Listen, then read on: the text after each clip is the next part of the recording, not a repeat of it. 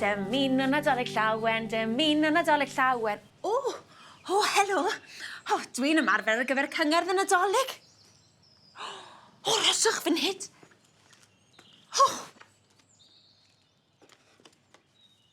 Addurniadau ar gyfer y goeden. Phew! Mae yna gymaint o bethau i'w cofio ar gyfer y Nadolig, yn dos e? Dwi wedi archebu pwdin Nadolig, mince pies, addurniadau. Bron i fi anghofio, canwylle.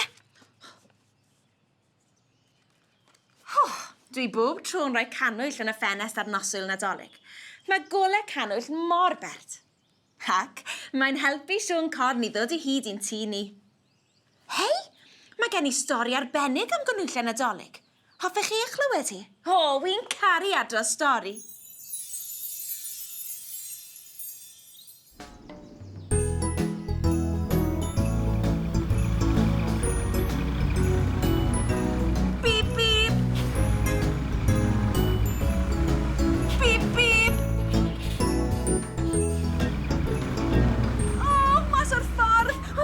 Yn dod! Phew! Roedd llu'r llwynog wrth i fodd yn cludo trigolion Llanllon ar hyd y lle.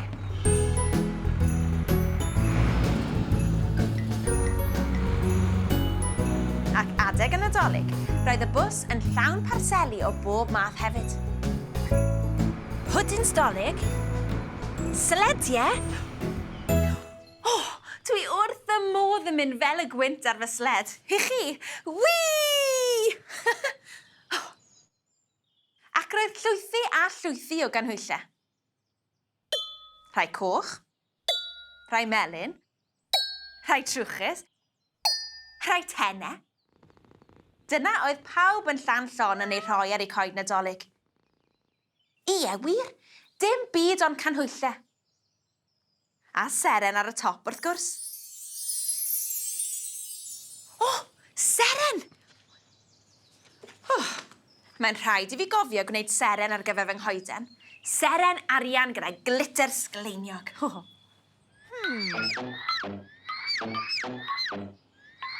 Y bore hwnnw, roedd gan Llyr lwythi o bethau o bob math i'w dosbarthu.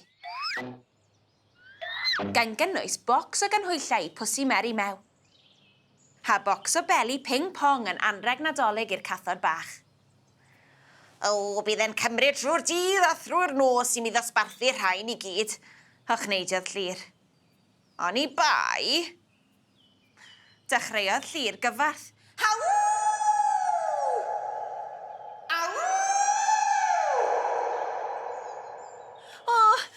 Ydych chi rioed i clywed llwynog yn cyfarth? Hwn y stŵr ofnadwy.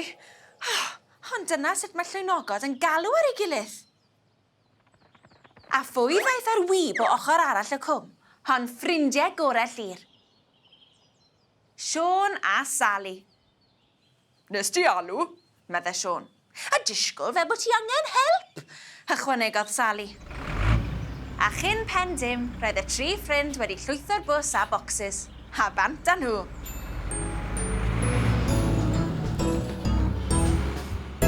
Dymunwn Nadolig Llawen, Dymunwn Nadolig Llawen, canodd y tri ar dop eu lleisiau wrth ddosbarthu nwyddau i drigolion Llanllon.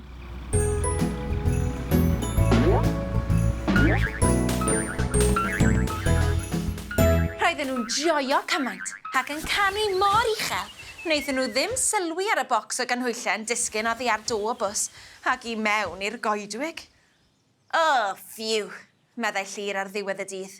Dim ond 2 focs ar ôl, canhwyllau i Pwsi Meri mew a pheli ping-pong i'r cathod bach. A dyna pryd sylwodd fod y bocs yn llawn canhwyllau wedi diflannu. Na, meddai. Does dim gobaith dod o hyd iddo fe nghanol y coed a'r eira. Doedd Llyr ddim yn edrych mlaen at dorri'r newyddion drwg wrth Pwsi Meri mew. Fel pawb arall yn Llanllon, roedd e'n addurno'r goeden a chanhwyllau bob Nadolig.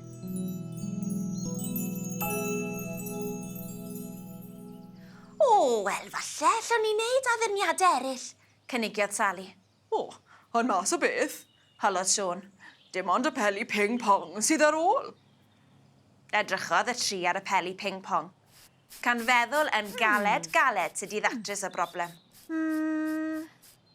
Yn sydyn, neidio Sally lan a lawr yn gyffro i gyd. Dwi'n gwybod, allwn ni beintio'r peli yn lliwiau gwahanol. Fe wnewn nhw addurniadau gwych. Syniad ardderchog, meddai Siôn. Ac mae cathod bach wrth i bodd yn chwarae dy ffeli, ychwanegodd Llyr. Brysiodd y tri adref a mynd ati'n syth i beintio'r peli ping-pong. A gyda help Llinyn Lliwgar, roedden nhw'n berffaith i'w hongian o frigau coeden Nadolig. Falle, bydd trigolion Llanllon i gyd eisiau peli lliwgar ar eu coed Nadolig o hyn ymlaen. Meddai Llyr.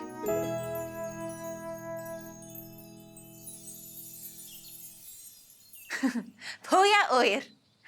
Sgwn ni a oedd y cathod bach yn hapus gyda'i haddurniadau newydd. Mae'r ateb yn y gan. Barod? 1, 2, 3. Dyma hi.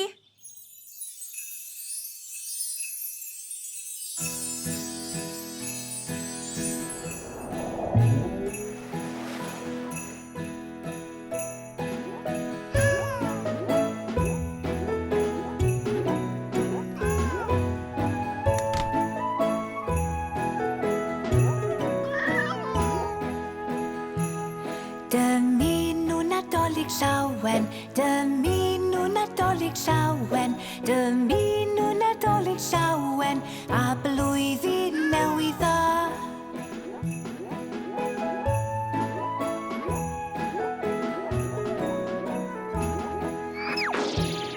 Llawen iddi chi, a phawb yn y tŷ. Dymunwn Nadolig Llawen, a blwyddyn newydd dda.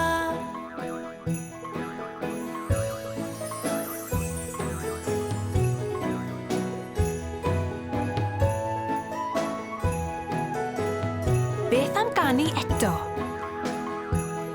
Dymunwn Nadolig Llawen, Dymunwn Nadolig Llawen, Dymunwn Nadolig Llawen, a blwyddyn newydd dda.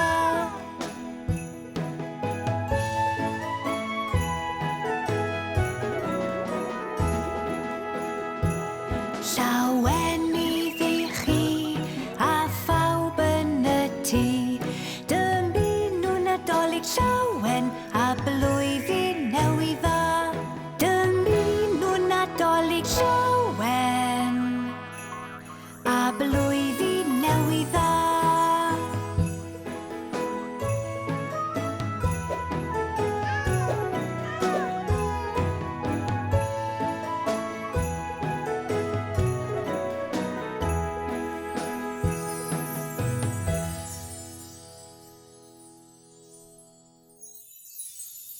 Dyna goeden Nadolig Bert, yn dyfe? Roedd y cathod wrth i boddau. Nadolig Llawen a blwyddyn newydd dda, ffrindiau. Ta-ra!